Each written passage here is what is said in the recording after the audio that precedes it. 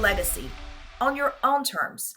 Welcome to Legacy Her Way. This is the podcast where women define, build, and live our legacies on our own terms.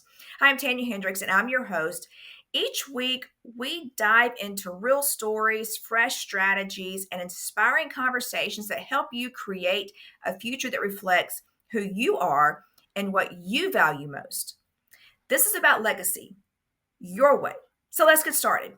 This episode is sponsored by Huntsville Estate Planning Lawyer, where we empower your vision and secure your future through estate planning and trademarks. So let's talk legacy, her way, your way. And today we're talking about Nancy Becher's way. So today's guest is someone who is building her legacy and that of a specific community that I think will be near and dear to many people's hearts. Nancy Becher is the founder and president of Invisible Warriors, a 501c3 ministry dedicated to supporting military women facing invisible challenges such as PTSD and military sexual trauma. With a master's in counseling and a PhD in sociology, Nancy brings a wealth of knowledge to her mission. She is also an international #1 best-selling author. She's certified peer support specialist and a chaplain. Through Invisible Warriors, Nancy provides tailored programs that empower military women to overcome challenges, build resistance, and reclaim their worth. Passionate about continuous growth, Nancy is pursuing a certification as a mental health coach while collaborating with military organizations nationwide to expand her reach and impact.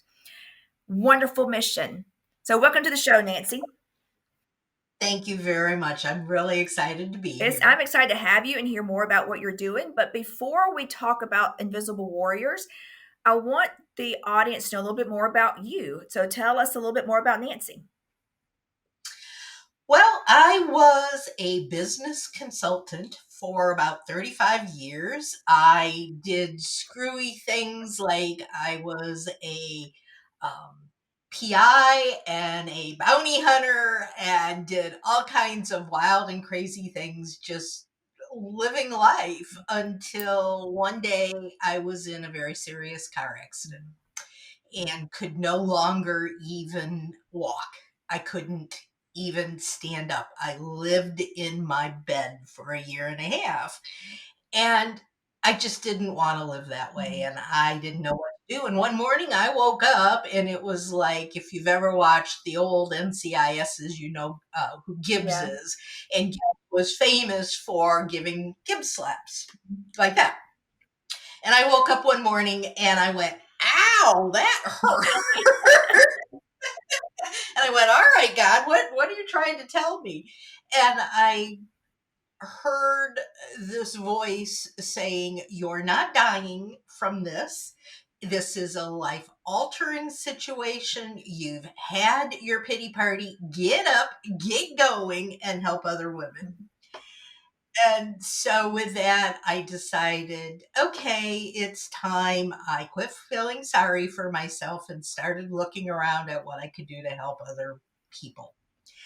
My organization started out being an organization for women in general who had invisible illnesses like mine, where if you look at me, you can't tell there's anything wrong until you see me trying to walk. And then you realize, oh, there really is something wrong.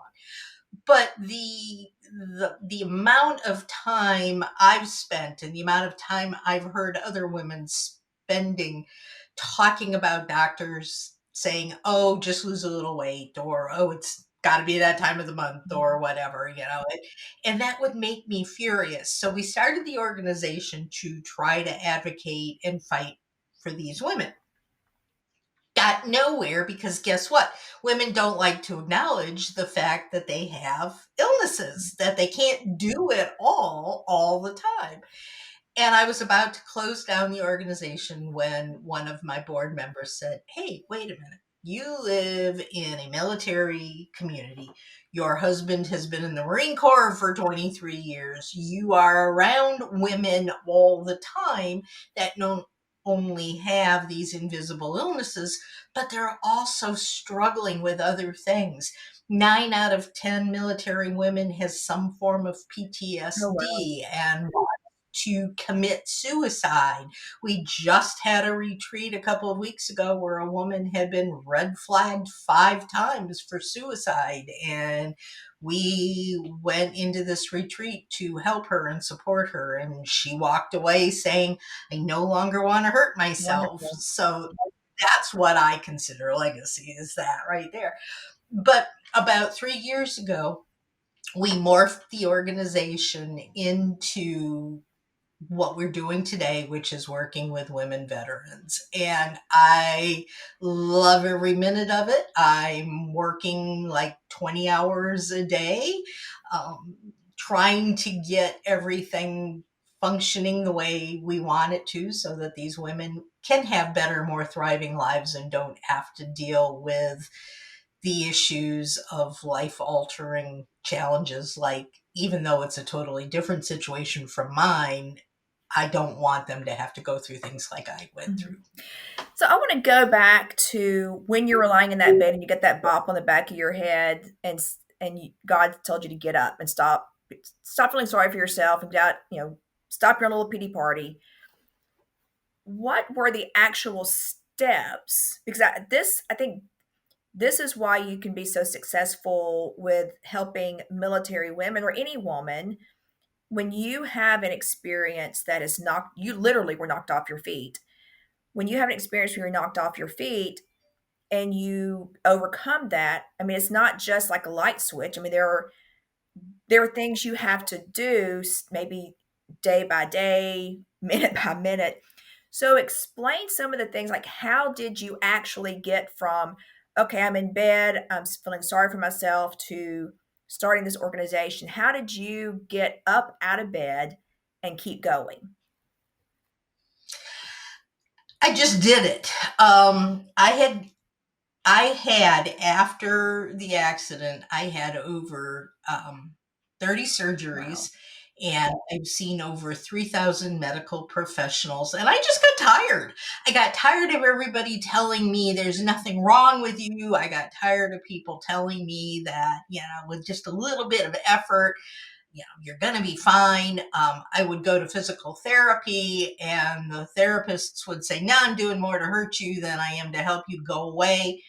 All of that really was pushing me back into bed, and I had this light switch moment that said, you cannot live your life in bed. You've got to get up and get going. And I tell you, that was 11 years ago, and it still is a work in progress. I don't think there's a day goes by that I don't spend at least 10 minutes wanting to throw things, hit the wall, cry, scream, holler.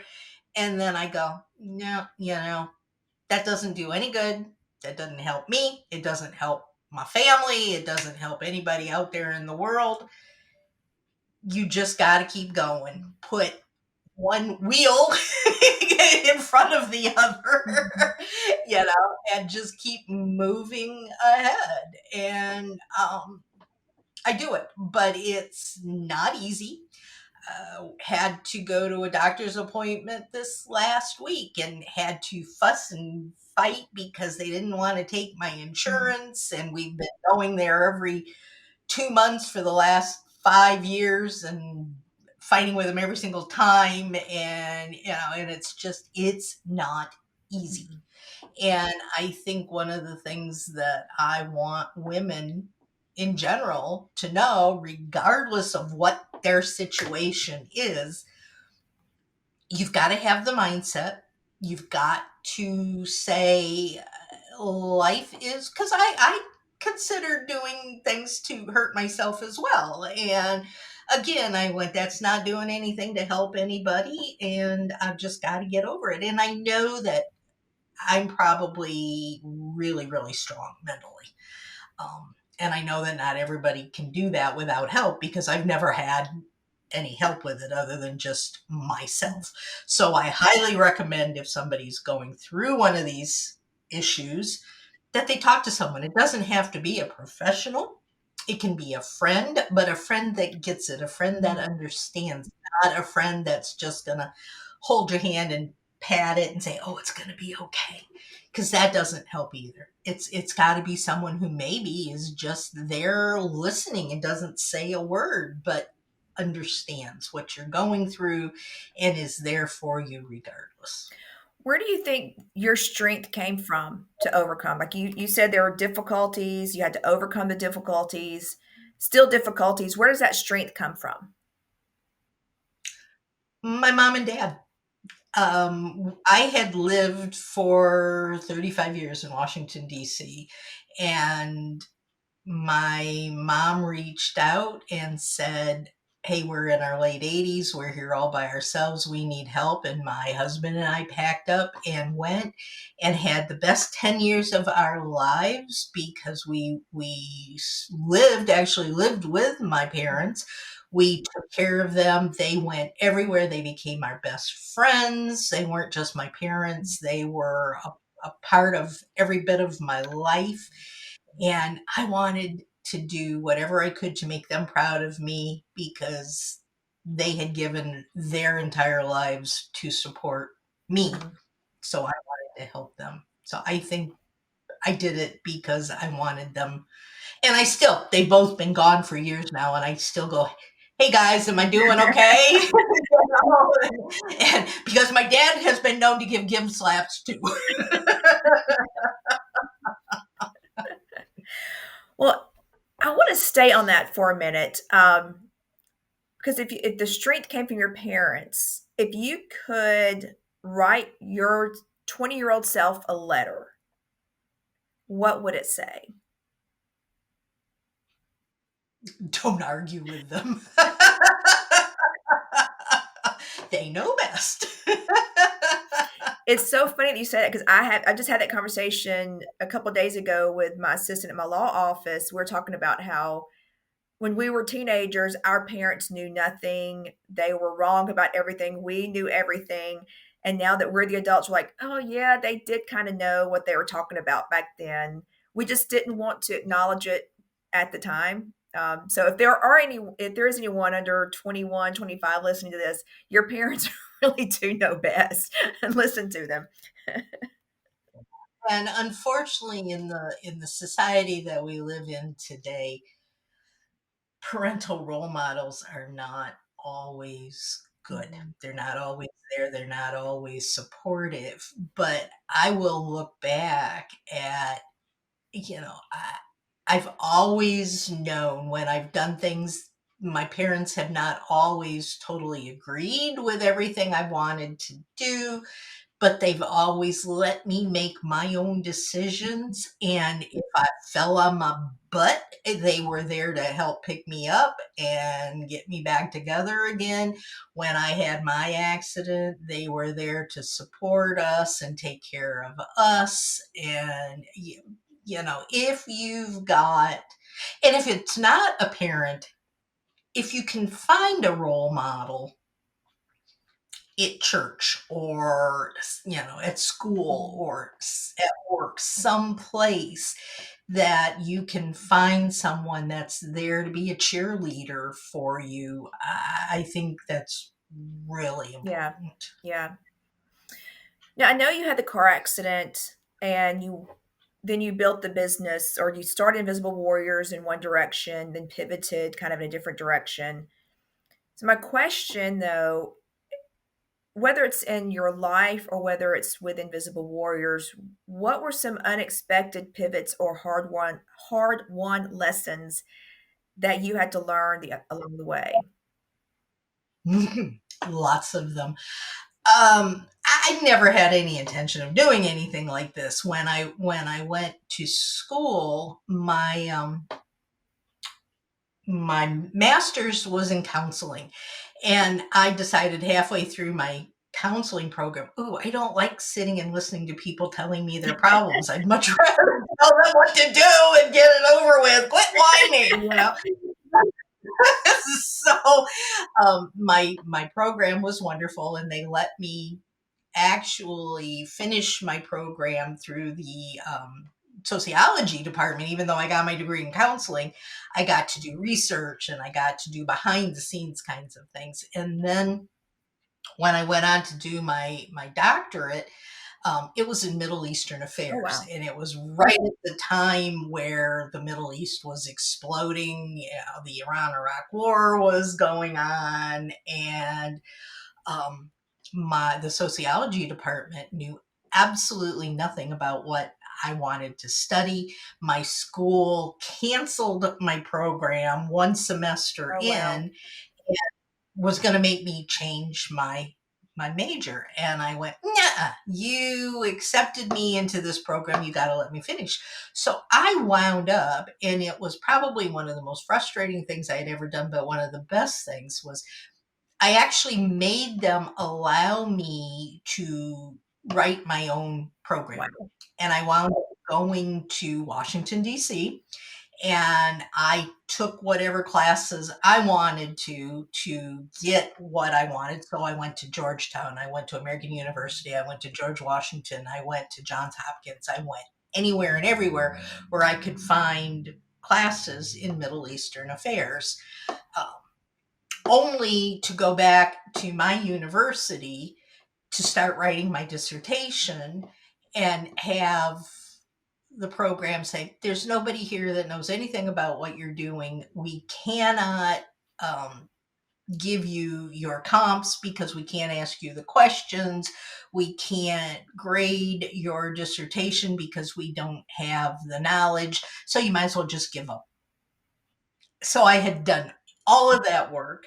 I had gotten all the way through to the very, very end. And that's why you've got that little ABD behind my PhD, which stands for all but dissertation, Okay. because I don't actually have my PhD because I didn't complete it.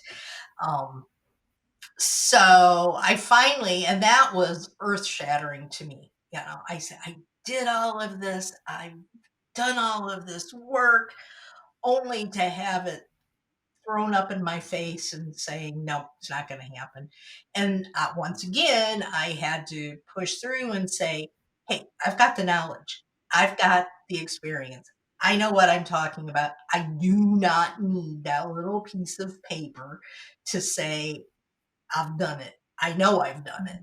Mhm. And I just explain if anybody asks, and there you go. And we're just gonna move ahead. And interestingly enough, I'm not doing anything with it.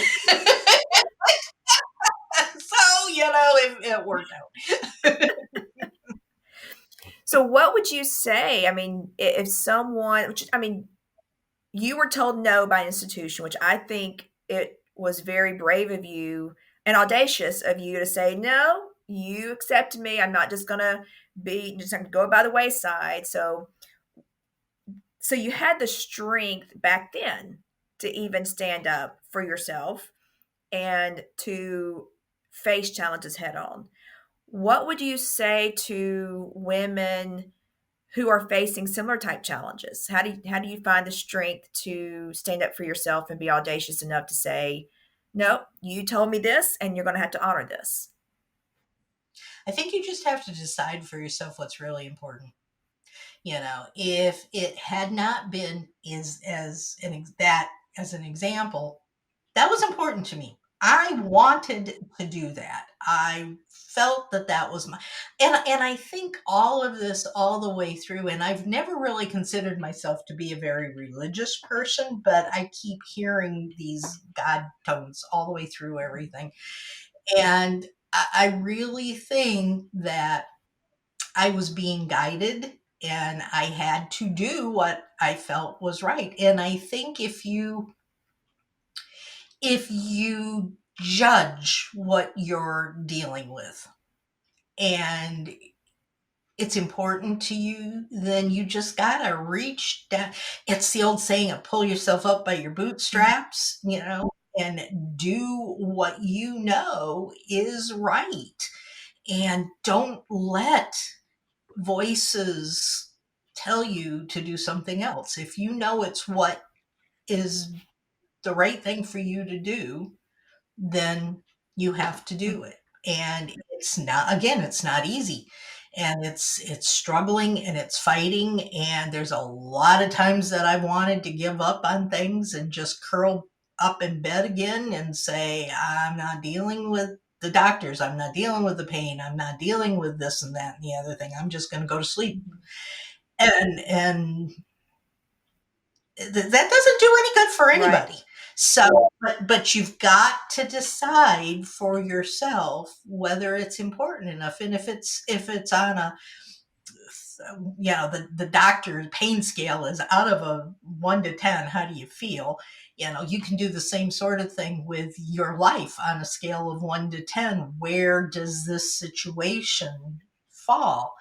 And if it falls in the 3 or 4 level, then you go, well, maybe I could just look for something else. This isn't really important enough for me to spend my energy on. But if you're getting that this is an 8 or 9 or 10, then figure it out. Reach out to friends, reach out to somebody else, find a mentor, find somebody who can help you deal with things and figure it out.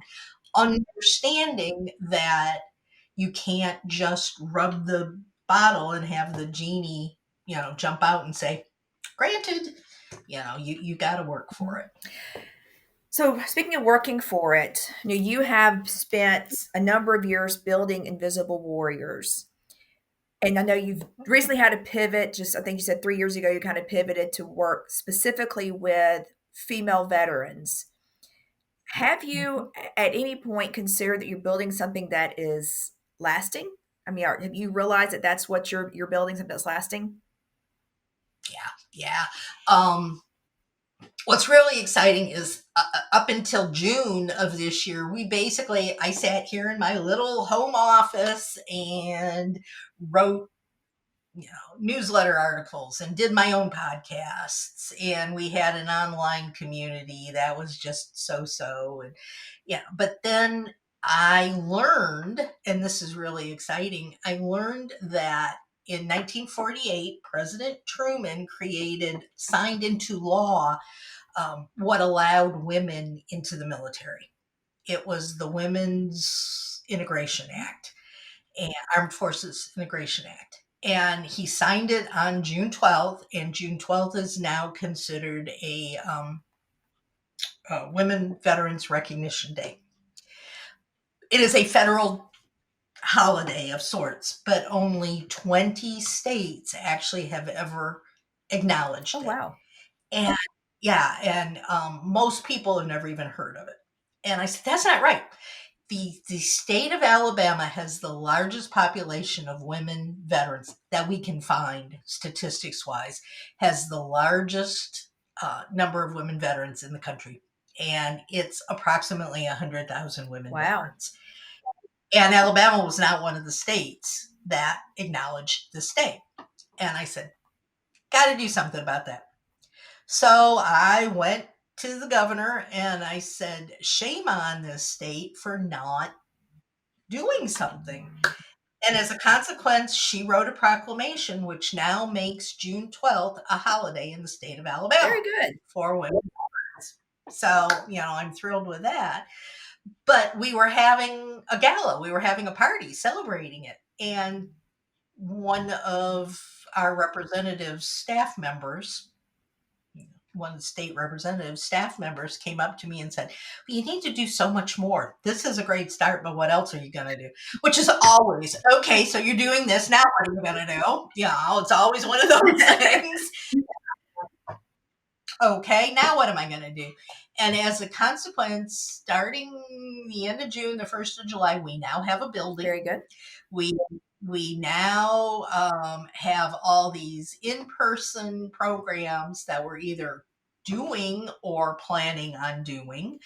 And Tennessee has actually reached out to us and wants us to do some of the same things in Tennessee. Wonderful.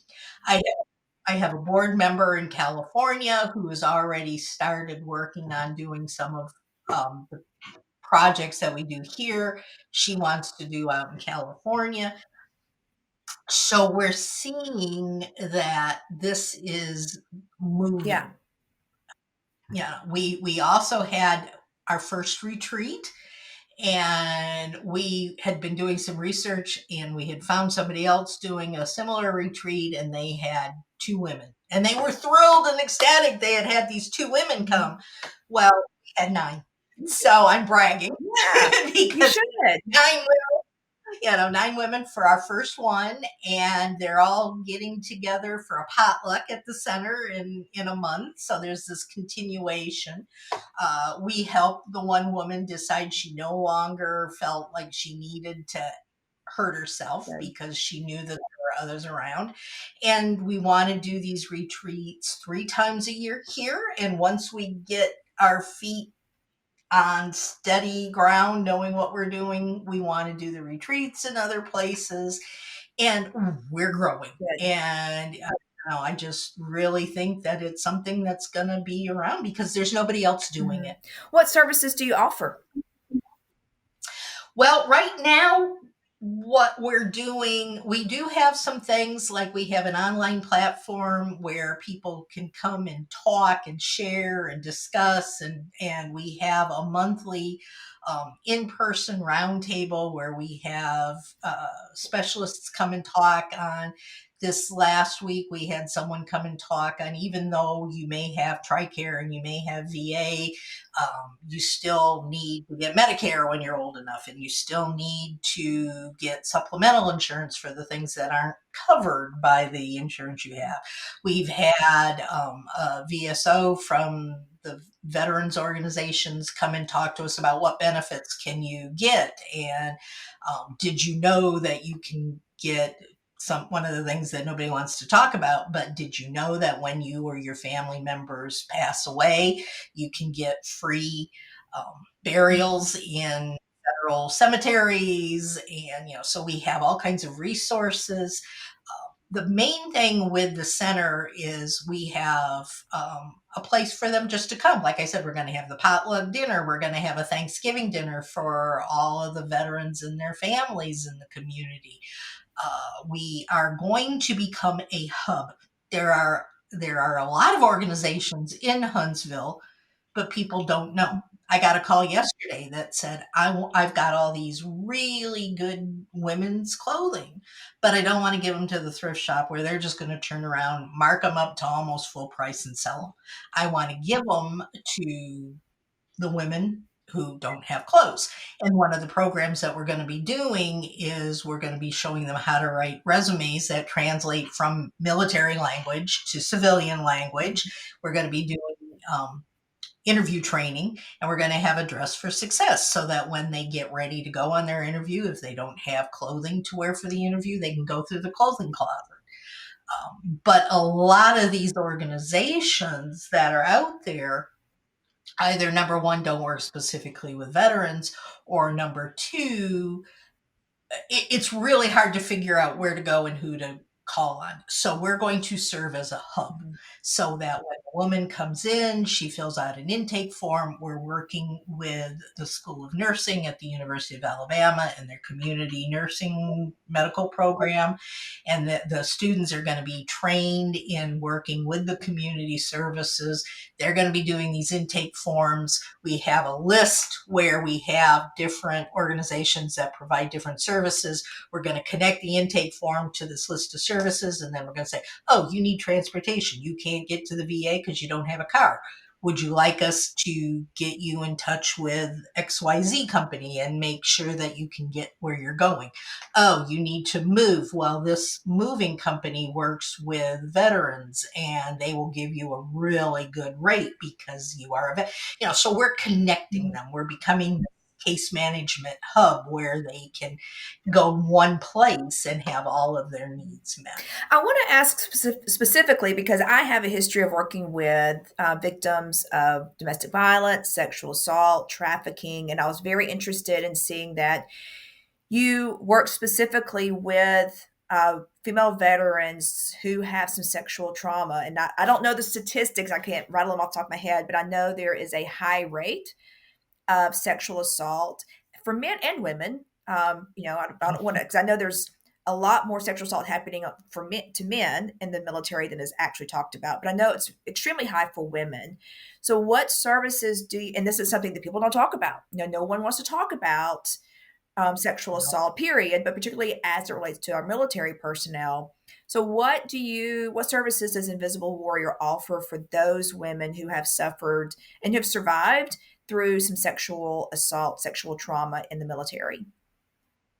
Well, the statistics, and as you probably know, statistics are anything that you want it to show. So how, and it only is as good as the reported, Mhm. but the reported statistics are 1 in 3 women have had some form of military sexual assault, 1 in 10 men. And it's probably much higher Yeah. than that, but again, it's not reported. We have connections through this hub. We have connections with therapists who work with MST and PTSD. We also do the retreats. The retreats are specifically for those who have been dealing with, because a lot of times it's, and the retreat was really interesting because my board and I had a big fight before we had the retreat. My husband is a chaplain. He's prior military. He has dealt with some of his staff having these issues, not with him, but coming to him, talking about the things that have happened to them and how he's helped them. Um, he also is my caretaker. So, because I can't do a lot of things myself, so he is always there to help me. He's an EMT. And so he was going to go to this retreat with me. And my board's going, oh, no, no, no, no, he can't. There's no way. You can't have a man. And 1 or 2 of the women, when they walked into the retreat, went, oh, there's a man. Oh, no. And kind of sort of flipped out because there was a man. A lot of times the VA in their wisdom will, when somebody's asking to see a therapist, they will assign them to a man. And then there are stories about some of the things that happen once they get into with these men therapists. And so we are on the side of actually working with the women. We're trying to make sure that they get the right care if they're going to a therapist. We bring them into the center for conversations, in group conversations, because a lot of times it's like this one woman said, I just didn't know there was anybody else out there that had had the same Mhm. experience I did. Didn't know that there was anybody I could talk to. I didn't know that other people understood what I went through. So just by, it doesn't have to be professional therapy. It doesn't have to be dealing with, a psychiatrist or something like that. It can just be group conversations, and we have those every month where they can talk. We have a quiet room where if someone is having a bad day, they can just come out and come into the center, talk to other people who are there, and go sit in the quiet room and chill for a little while if they need to. There's a lazy boy chair and a comfy blanket and soft lighting and soft music, and they can just sit there and cry if they want to, or just whatever. It's just really knowing that there's someone there to help them. Mhm. um, that's a lot of the dealing with the MST, is that they didn't know that there was anyone else that cared and somebody that they could talk to. Because imagine that it's your superior officer. It's hard enough for any woman who's had sexual issues um, at work, but she could get a different job. Not that that would be easy, but she could quit. She could get a different job. It's not that traumatic an issue. Yet in the military, your entire life is involved with these other people. You may be the only woman in a group of men. And if you say something to them, you're risking them treating you badly, Mhm. risking losing respect, camaraderie. One of our members is one of the very first women to ever serve. She was in the Navy, and she was one of the first in the 80s to ever serve on board ship. She walked onto the ship and was greeted with pornographic posters everywhere. She was forced to do the gauntlet. The gauntlet is when you cross over the whatever it's called, the middle of the ocean, where you cross continents. Um, you have to do the gauntlet, which is two rows of guys usually, and you have to run through it, and they're banging on you and everything under the sun. And they were just doing all kinds of sexual movements to her, and and she had nothing she could Yeah. do. She could have refused to go through it, but then the stigma and the issues that she would have had from saying no would have been that much worse than just doing it and getting it over with. Right. You know, she had never told anybody this until she came to the center, and we were talking, and she talked about it, and she said, I feel so much better now. Good. Good. So, how can people find Invisible Warriors if they want to either help, they want to donate, they want to get involved, and also for those who want or need the services, how do they reach you? Well, our website is probably the best way to start the process, and that's very simple. It's just invisiblewarriors.org. And there are all kinds of, we're constantly working on it and updating it and changing it and adding to it. There are resources on there. There are links to join the online platform. Our address is there. We're open Monday, Tuesdays, and Wednesdays at the center, and you can just come out. I would recommend calling first just to make sure that there is somebody there, because we're still not fully staffed, and it's usually me. So, I may not be there. But you can call and come on out and take a tour or just be a part of the group. But I would say the first step is to go to the website. Okay. I have two more questions and then we'll wrap up. So, what does, at this stage in your life, what does legacy mean to you?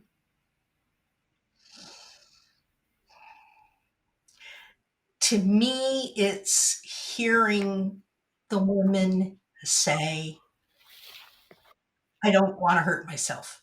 It's hearing, I have friends, I have a sisterhood. It's hearing that, oh, they were helpful, and I'm going to share this with other people. And the answer may be the same or similar, but what does Legacy Her Way mean? And I really wanted to stress, and the reason I'm asking both of these is because you work with so many women who have incredible stories, courageous, brave, persevered through a lot of things, lived an honorable, served honorably, so that you yourself have quite the legacy. But what does, having talked to so many women, worked with so many women, and in your own career and life, what does Legacy Her Way mean to you? Well, when I hear her way, I think of the women, Mhm. and I think for them, knowing that they have been brave, knowing that they have done something that's mattered. For many of them, they don't even realize they're veterans. They don't realize that they've done anything that's made a difference. Mhm. And I want them to know that they have. Yes. And that's the way. And I want them to know that I appreciate your service, that you are seen and that you are recognized. And I hope that when you hear this episode, for those who are military veterans, or if you have a family member who's a veteran, maybe share this episode with them so that they know that they're not alone. I mean, there's something to be said for shared experiences when you know that you are not the only person. And I can almost guarantee you, I've prosecuted child sex cases. I've worked with domestic violence victims. I lived in a safe house with sex trafficking victims for 6 months. I know just about everything that somebody could do to somebody. And I can almost guarantee you that there is someone who has been in your shoes. There's someone, maybe not exactly the same, but very, very close. And so don't ever feel like you're alone. Don't ever feel like you can't get help or that no one cares, no one loves. And never, please never take the ultimate way out. Um, just, that suicide is a terrible epidemic that we've had, and particularly among veterans. And so I would encourage anyone who has any suicidal thoughts at all to reach out for help. whether it's Invisible Warriors, whether it's the suicide hotline. There are some veteran hotlines, but seek help. And certainly, I encourage all of you who are veterans or know veterans to reach out to invisiblewarriors.org. So I want to stress it's .org, O-R-G, and connect with Nancy, connect with the organization, find out about the different and upcoming events, the services they offer. Maybe you can get involved with the next retreat so that you can have a similar experience as what you've heard talked about today. So Nancy, thank you so much for joining us on Legacy Her Way. I do appreciate your time and telling us about this wonderful organization that probably a lot of people don't know about. So I'm happy to share with the audience about Invisible Warriors. And again, it's invisiblewarriors.org. So thank you all for joining me on Legacy Her Way. If today's conversation spoke to you, share it with a friend. And please comment, give us a 5-star review and share it. That helps people find this episode and this podcast to hear the incredible stories that are shared on this podcast from some amazing women. And make sure you subscribe so you never miss an episode. This has been Legacy Her Way. Keep defining your legacy your way. Thank you all.